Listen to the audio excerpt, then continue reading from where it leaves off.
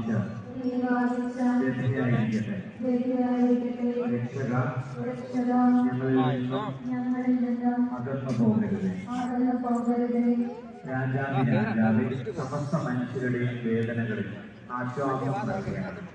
ഈ സമൂഹത്തിലെ രോഗികളും പരിച്ഛിന്നതരും പശ്ചാത്താപ വിവശരും ഇപ്പോൾ അനുഭവിച്ച ശാന്തിയും ആശ്വാസവും നിലനിർത്തുകയാണ്. കാരുണ്യമൂർത്തിയായ ക്രിസ്തു